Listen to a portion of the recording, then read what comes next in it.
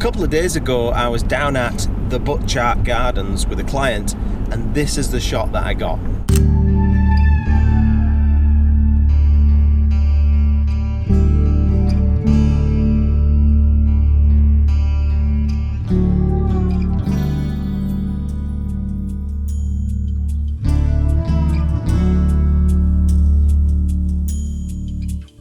And I was really happy with the shot, but I wasn't too happy with the video footage that I shot because it was so busy. It was very difficult to shoot video in there.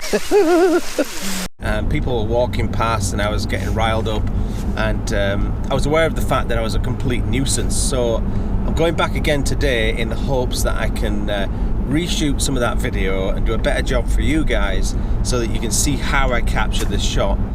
And also, after I got that picture, I sent it to my friend Warren here, and he said, "Bullshit, I can do better." Yeah, so off we go. We're gonna go back there right now and try and get some more killer shots, because that was like 4 or 5 days ago, and the colours may have changed even more since then. When I was there, some of the trees had turned red, not quite all of them, and there's one in particular that I really love. Oh my god, this is fantastic. Turn the camera around. This was turning out to be a spectacular misty morning, and I had a good feeling that we'd capture some great shots. Now, Warren picked me up this morning in pretty rough accommodations. What's this car? Jag XKR. A Jaguar. You know, I'll put up with it for today, but you know, I do prefer slightly more salubrious accommodations, if you don't mind. At this point in the video, I'd very much appreciate it if you could pretend not to notice the now famous stain on the windscreen, partly because I'm somewhat embarrassed that it hasn't been cleaned off yet, but mostly because we're actually supposed to be riding in Warren's Jag. But you already knew that, right? Okay, so we're going to Butchart. How many times you been there? This will be my eighth time. So you know the place back to front. Well, whenever I go there, I always just go straight to the Japanese gardens. The rest of it is brilliant, but for me, it's all about the Japanese section. So I've been there once in my life when I was probably 12 years old. So I didn't know it was like a big tourist trap. Well, it wouldn't have been when you were 12. That's like 70 years ago. Yeah. This is one of the most gorgeous foggy mornings I have ever seen. Just low-lying mist. The sun is up, so it's blasting in through trees, and it's creating light rays. Oh, it's just fantastic. With the Jag parked, we hoofed it straight to the Japanese section and even skipped coffee. So I'm back home on Vancouver Island, and today I'm at the Butchart Gardens, which is a fantastic tropical garden. And the place to come when you come here, for me as a photographer, is straight to the Japanese section, because look at these colours and these shapes. It's absolutely magnificent. Now, shooting here, especially in the morning in autumn, is a bit of a nightmare because technically it's very difficult. You've got to get down low, you've got to bracket your shots, you've got to focus perfectly because you're really close to the foreground.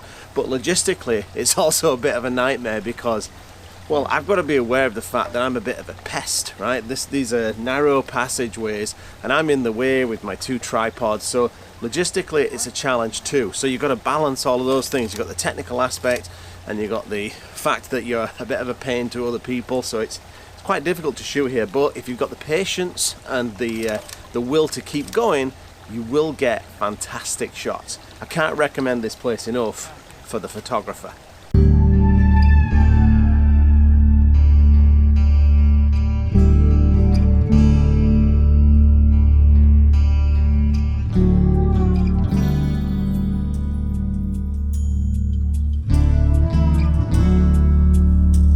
So with this shot, it's a little bit technical. I'm having to shoot at f/22 because the depth of field is crazy, and I'm so close to this foreground that I need that front to back focus. But it's not a problem because it's so bright, there's so much sunlight that everything's going to be sharp. I'm not too worried about diffraction.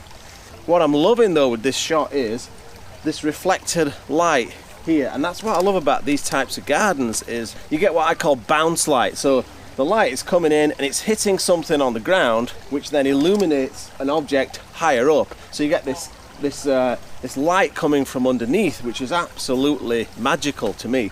and then you've got these beautiful shapes that all pull the eye into the foreground. Got this little bamboo fence here that's kind of pulling your eye into the center of the shot. So all in all, this is like a super easy composition. It's a super easy shot to get because it's dead obvious. As soon as I walked past, I saw the shot, and I love the way that the light is reflecting off of these pools here.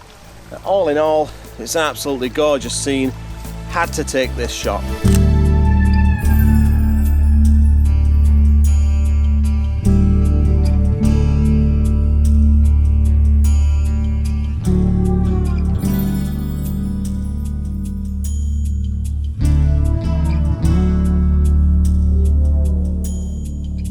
Now this is one of those compositions that's not quite as easy to get. Everything's gorgeous, I'm seeing gorgeous reflections, I'm seeing gorgeous colours, but to find a simple composition is very, very difficult. Everything's kind of a mess and a jumble, so with the super wide, it may be just a little bit too wide. I might have to strap on a different length of lens and get in a little bit tighter and isolate a detail that's easier for the eye to take on instead of this massive scene. But I just love the way that red colour is reflected in this pond here. It's so rich and vibrant. So I'm going to try and capture it super wide first, and then I'll switch to the 24-105, zoom into maybe 50mm, and maybe then the shot will be a bit cleaner and a bit more obvious.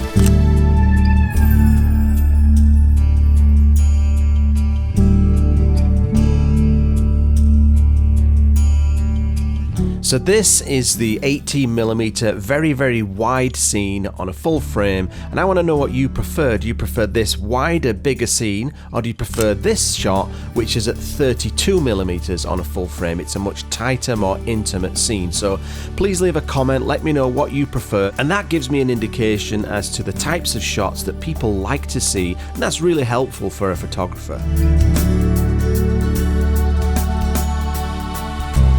One of the things that I like to do with my photography is to kind of set myself a bit of a challenge. I look at my weaknesses as a photographer, as an artist, and when I go to beautiful places, I have a habit, and you might identify with this, I have a habit of just looking for that grand, epic scene that's super impressive, and I often forget to look for those fine details, the details that you kind of walk past, the things that you would miss if you didn't go looking for them. So today I'm going to try and really consciously make an effort to use a longer focal length. Maybe I'll put on the 55 and get some shallow depth of field detail shots and really spend a bit of time looking for those gorgeous fine detail scenes, those almost like miniature scenes that I usually miss because I'm looking for that grand shot. And see if I can get something different for my portfolio, because that's the hole in my portfolio. I'm going to work really hard to try and get those today.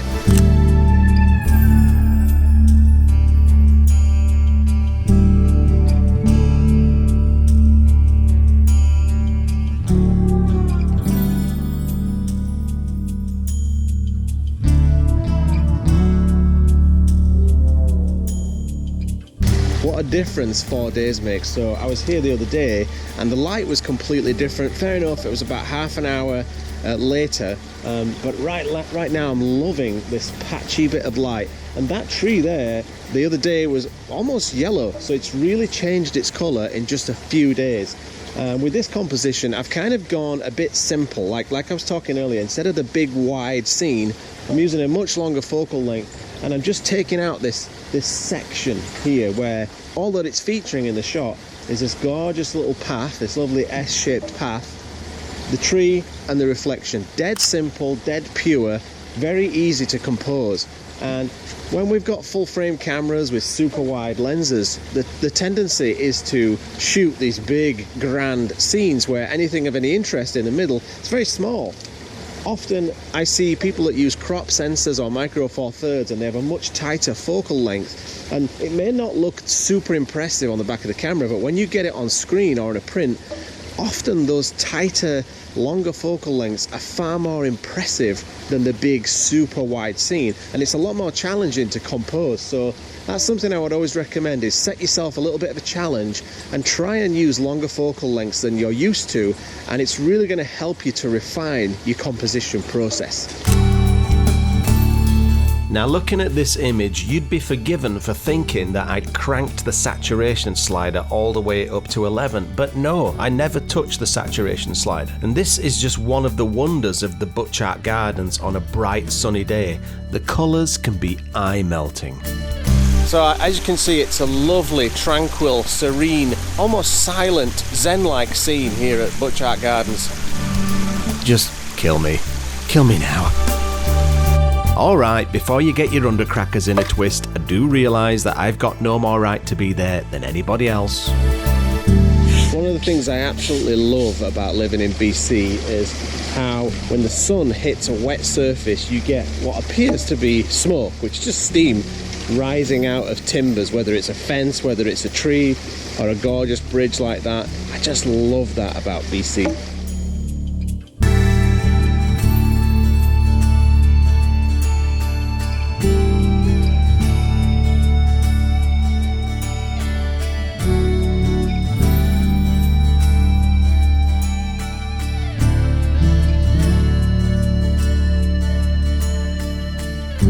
As predicted, this was turning out to be a really productive morning, but we were both getting a little bit Hank Marvin, so it was time to go and find some scoff.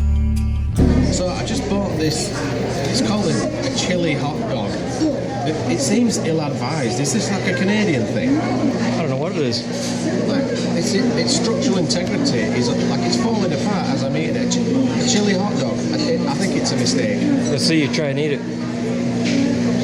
Look at that, it's just falling apart, it's disintegrating. This is like food porn. What's next? Pizza with gravy and noodles. Oh, good. So what did you get? Chicken pot pie. Well, that's way more sensible. I wish I'd got that. I seriously regret my food choices. I'm eating a hot dog with a knife and fork. It doesn't make sense. Crazy. Typical bloody Yorkshireman, unable to comprehend North American food. But I tell you what, I'd kill for a doner kebab right about now. Whoa. With our distended Shatners bursting at the seams, it was time to get back to work. So with this shot, I'm really testing the limits of my patience because I'm waiting for people to come in and go out so that I can get a perfect shot of this tunnel of colour. So I'm just constantly shooting over and over and over again, and then I can blend exposures to get exactly what I want. And I love this shot because I'm going for a much longer focal length than what I'm used to. I'm used to shooting sort of wide to sort of mid-range focal length. This is a much long, I think I'm at about 70mm with this shot. And I'm trying to frame the shot so that there's as much colour framing it in the top and at the sides as possible. And I love the way that the sun is coming in. It's lighting everything. It's lighting the trees, the canopy, even the fence that you see down the sides of the path.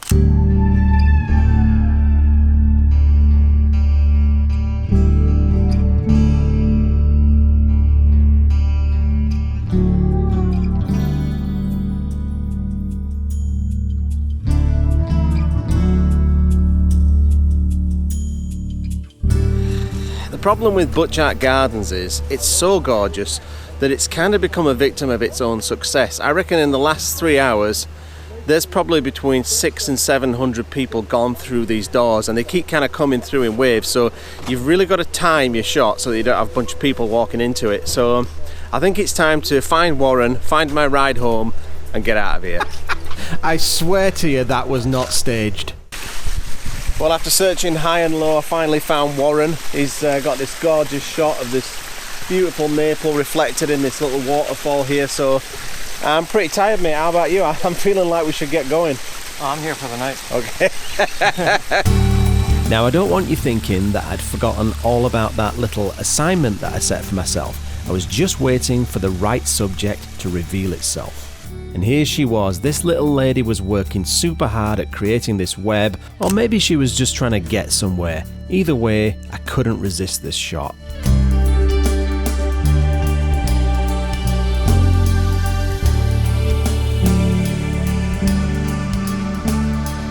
By the way, if you fancy coming out and shooting on location with me, I'm leading a workshop in the Faroe Islands. We'll be shooting spectacular waterfalls that pour off of dramatic cliffs into the ocean. Coastal seascapes that are just gonna blow your mind. cultural, historic landmarks, endless mountain vistas, surreal island landscapes, with lots and lots of green. Hope to see you there. Okay, back to the video. Oh, and like and subscribe if you would. I think I'm done. I don't know if I can handle these crowds anymore. I was going to stay here. I'm going to get pictures of the people. Yeah. Hope to get a waterfall in the background. Yeah, no. I'm feeling pretty done. You reckon we can leave? Yeah, okay. Okay. Thank God for that. Well, we gave it our best shot. We got loads of good pictures. Did you get some good pictures? Yeah, I got some better ones than you did. Yeah, it usually is the case. So, As YouTuber? yeah. Let me see you. So yeah, we got loads of good shots. Managed to actually this time shoot some tutorial videos. So I think it's time to get the hell out of here. The crowds are thronging. So Warren, what was your first vlogging experience like with fototripper? I'm worried I came off like a prick.